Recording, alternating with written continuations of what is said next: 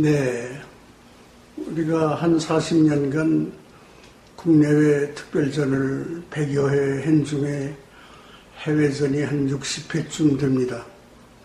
그 중에 다 성공을 했지만 최근에 성공한 2개의 전시를 주제로 해서 귀국 보고전을 지금 열고 있습니다. 작년에 터키의 해화 국립박물관에서 보자기 전시를 했고, 금년에는 3개월 동안 연초에 교토의 고려미술관에서 보자기 전시를 했는데 크게 성공을 했습니다. 그래서 그것을 기념으로 하는 지금 보자기 전시를 준비했고 오늘 개관하는 날입니다. 네, 보자기의 종류는 참 많이 있습니다. 지금 화면에 보이는 보자기는 관동 지방의 강릉을 중심으로 한 자수 명품 보자기들입니다. 보시다시피 하나도 사실적으로 표현하지 아니하고 반추상 혹은 추상적으로 표현됐다는 사실입니다. 예술에서 구상에서 추상으로 옮겨지는 과정에서 아마도 이 제작된 보자기는 구상에서 추상으로가 아니라 추상에서 점점 솜씨가 발달되면서 구상으로 옮겨진 작품이 아닐까 생각합니다. 세계 어느 민족이든 보자기 문화는 다 있지만 특히 자수 문화는 남비 지역에 많이 있지만 그거하고는 판이하게 다릅니다. 기법이라든지 색상이라든지 아주 명품 중에 하나입니다. 세계 많은 민족 중에 보자기 문화가 있는 나라는 아주 소수입니다. 우리나라와 일본과 터키 정도가 보자기 문화가 남아 있습니다. 보자기 문화 중에 보자기를 추상적인 표현을 했다. 그래서 보자기 문화가 있는 나라나 보자기 문화가 없는 나라의 민족들은 보자기로 보는 것이 아니라 하나의 추상예술로 보고 그 소문이 세계에 파다하게 전달이 됐습니다. 조각보 중에는 대표적으로 실크 종류의 보자기, 그 다음에 마직으로 된 종류의 보자기들을 구분할 수가 있는데 실크로 된 보자기는 호남 지방이 명산지이고 마직으로 된 조각보는 강화 지방이 명산지로 되어 있습니다. 지금 화면에서 보시는 것은 양옆에 적은 작품들은 실크로 된 작품이고 특이하게 가운데에 크게 보이는 작품은 면직으로 된 작품인데 면직으로 된 조각보는 희소한 작품 중에 하나입니다. 서두에서도 말씀드렸지만 저것이 보자기가 아니고 세계적인 명작으로 추상예술의 작품이라면 정말 대단한 작품이라고 평가해도 좋을 듯 합니다. 네, 조각보를 말씀드렸지만 귀족이나 상류층에서는 조각보를 만들 필요가 없습니다. 귀한 천을 넓게 잘라서 보자기를 만드는 것이 상례로 되어 있습니다. 위에 비치는 것은 그냥 그 천에다가 네 귀에 약간의 길상문의 자수가 놓여져 있고 단순한 보자기입니다. 밑에 있는 안 비춰도 되나? 밑에 있는 작품 네, 지금 세 개 중에 중간에 있는 보자기는 궁중의 자수 보자기입니다. 도주문 보라 그래서 중국이 가장 부자로 되어 있을 때 도주라는 재상 때였습니다. 그래서 도주라는 이름을 자수로 새겨는 보자기를 쓰면 부자가 된다는 속심이 전달돼서 궁중에는 물론 민간에도 많이 유행이 됐던 사실이 있습니다. 지금 앞면만 보이지만은 특이한 것은 쌌다가 펼칠 때 네 모서리에 수가 놓여져서 양면이 다 수로 꽉 차 있는 아주 훌륭한 작품 중에 하나입니다. 그리고 우측에 보이는 보자기는 단순하게 칠보 운문단의 문양만 보이지만 1600년대에 명안공주가 혼례 때 쓰였던 일괄 유물점에 보자기가 2점이 있었던 중에 하나입니다. 좌측에 보이는 보자기는 매화가 장미꽃을 도식화한 조각보입니다. 요새 시중에도 많이 유행이 돼서 귀하게 안 보이지만 그 전통이 오래전부터 있었던 사실을 확인하는 작품이라 하겠습니다. 네, 지금 화려하게 보이는 이 작품은 본래 조각보는 민간의 독특한 문화이고, 다시 말하면 지구 환경을 상징하는 그런 예술이라고 생각할 수가 있습니다. 그러나 이 작품은 특이하게도 궁중의 나인들에 의해서 만들어진 작품으로 전달되어 있습니다. 그것은 조각조각이 궁중의 전용 비단으로 구성되어 있다는 사실입니다. 이 작품이 전달되기는 시기는 19세기 정도로 우리가 보고 있지만 매우 희귀한 작품 중에 하나입니다. 네, 이 작품은 궁중의 자수 보자기며 왕비가 썼던 보자기로 전해집니다. 특별한 것은 효종시대에 지금 1600년대에 제작된 확인이 보자기 뒷면에 기록되어 있는 작품으로서 어느 민족이나 자수문화는 다 있지만 한국의 자수문화는 다른 민족의 자수문화하고는 다르게 시를 꼬아서 조금 투박하게 보이지만은 아주 입체적인 표현을 하는 자수 기법을 많이 사용하고 있습니다. 특히 궁중의 자수는 자료 자체가 고급화되어 있어서 민간에서 보는 자수하고는 또 다르게 아주 조형적으로 대단히 훌륭한 작품이라 하겠습니다. 문양에는 주로 화문이 많이 있지만 봉황 무늬가 들어있고 기타 길상 무늬들이 꽉 차 있는 작품입니다. 전시 공간 때문에 전부를 보이지 못하고 3분의 2 정도만 보이는 것이 유감스러우나 이것은 장차 문화재로 지정돼야 할 중요한 작품이라고 생각합니다. 예, 기록에는 칠보문, 그래서 여기는 보문 또는 고전문, 옛날 코인에 들어있는 문양, 그것을 표현한 작품들입니다. 앞으로에서 보기에는 단조로워 보이지만 색상의 구성이 매우 수리적인 그런 구성입니다.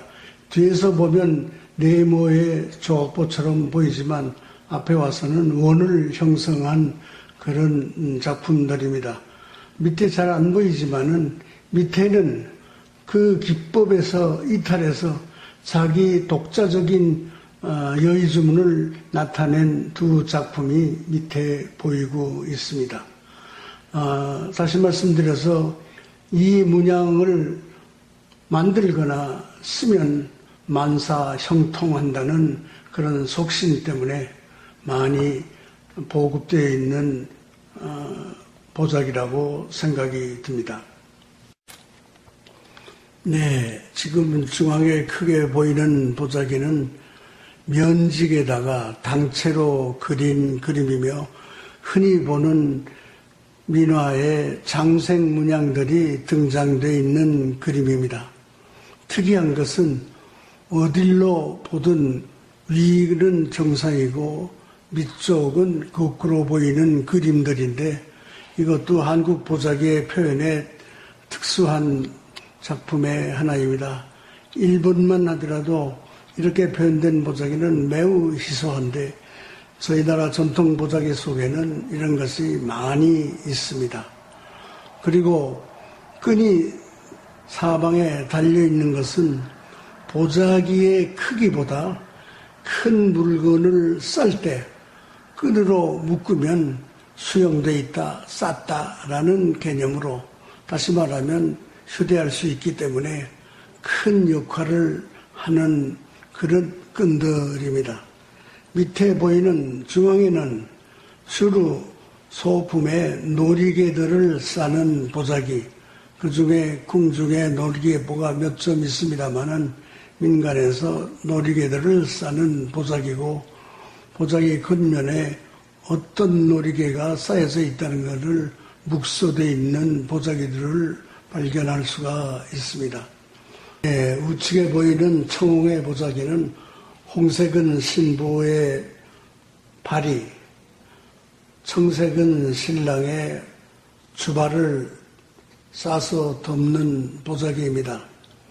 네, 신랑이 돌아오면 신랑을 기쁘게 해주기 위해서 그 보자기를 끌러서 상에 올려놓고 신랑을 맞이하는 아주 애틋한 그런 보자기 중에 두 작품입니다.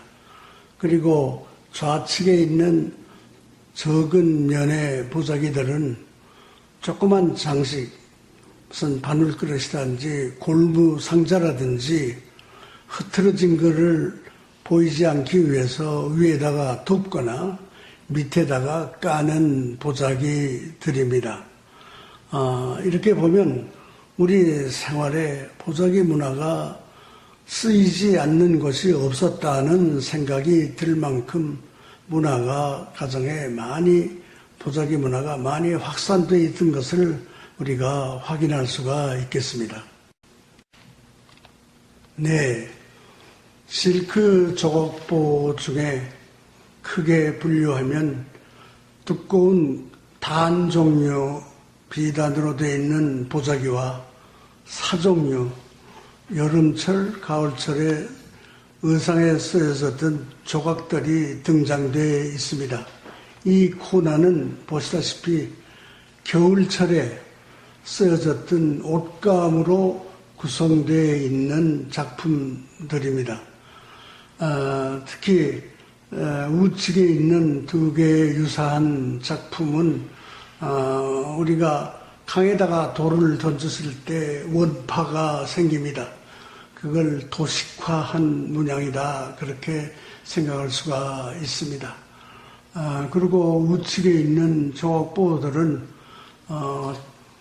어떠한 작품의 구상을 하는 것이 아니라 남아있는 조각들을 활용해서 그것도 균형을 유지하는 색의 배색을 하면서 만들어진 아주 훌륭한 작품이라 하겠습니다. 밑중앙에 있는 작품은 흔히 말하는 오색으로 되어 있는 색동 같은 그걸 이렇게 바람개비처럼 회전하는 작품, 양옆에는 통상적으로 많이 등장하는 문양들입니다. 네. 보자기는 또 겹으로 되어 있는 보자기하고 헛보, 겹이 아니고 그냥 한 선으로만 되어 있는 보자기로 분류할 수가 있는데 중앙에는 겹으로 되어 있는 겹보, 양옆에는 헛보들이 지금 진열되어 있습니다. 중앙에 세모꼴의 보자기를 숫자를 셌더니 세모꼴의 숫자가 1000개에 가깝습니다. 세모꼴을 만들기 위해서 세모가 안 되는 것은 조각들을 이어서 세모를 만들고 그걸 다시 세모로 저 보자기 속에 바느질에 넣었다, 그렇게 볼 수가 있습니다. 네, 밑에는 겹보로 되어 있는 것들이 펼쳐지거나 또는 이렇게 겹쳐진 보자기들을 전시해 있는데 어느 하나도 수상 예술의 경지에 가 있는 작품들이 아닌가 생각할 정도로, 보자기는 방언에서 보면 남한만도 보자기, 보재기, 보띠, 보따리, 밥수건 해서 40여 가지의 명칭이 있습니다. 그것은 지역별로 보자기 문화가 얼마나 확산되어 있었던가 하는 증거 중에 하나라 생각할 수가 있습니다. 보자기는 보자기복 해서 궁중 기록에서 보면 보자기를 한자로 표기해서 보자기 목자를 쓰다가 순종 때 와서는 보자기의 한자 명칭을 행복이라는 복자를 쓸 정도로 보자기를 만드는 행위, 보자기를 쓰는 행위 모두가 초복적 의미를 담고 있다, 그렇게 생각을 하고, 이왕 용기 대신에 보자기를 쓰면 복을 받는다는 그런 속심 때문에도 보자기가 많이 유행된 듯합니다. 또한 우리나라의 보자기 문화가 특별히 다른 민족에 비해서 발달한 배경은 여러분이 아시다시피 우리는 위도상으로 추운 나라입니다. 그리고 자원이 없는 가난한 나라였습니다. 그 사회 구조에 살아가기 위해서는 주거 공간이 낮고 좁고 그래야 됩니다. 그런 가운데는 요새 현대식으로 큼직큼직한 침대나 장롱을 놓을 수가 없고 선반을 만들어서 그 위에 모든 기물들을 올려놓는 그런 구조 속에 보자기는 쓰지 않을 때에는 용적이 적지만 쓸 때에는 굉장히 활용도가 넓고 큰 그런 기능적인 면 때문에도 보자기 문화가 발달했다고 생각을 합니다. 또한 일본의 보자기 문화를 보면 어떤 물건을 전달할 때 물건만 전달하고 보자기를 다시 회수하지만 저희 나라에서는 물건을 전달할 때 보자기를 싼 채로 전달하기 때문에 다시 말씀드려서 돌아올 때 예물에는 자기가 만들지 아니한 새로운 보자기를 받게 된다는 재미난 그런 보자기 문화가 우리나라에 있었던 사실도 확인할 수가 있었습니다. 또 보자기는 지금 온 세계 수상예술로 지구 환경의 친화적인 문화로 온 세계의 화제의 문화로 되어 있으며 현재까지 직접 체험을 시킨 인원은 700만 명에 달합니다. 저희 박물관이 시간을 걸어서 1000만 명의 직접 보자기를 체험할 수 있도록 지금 노력을 계속하고 있는 중입니다. 감사합니다.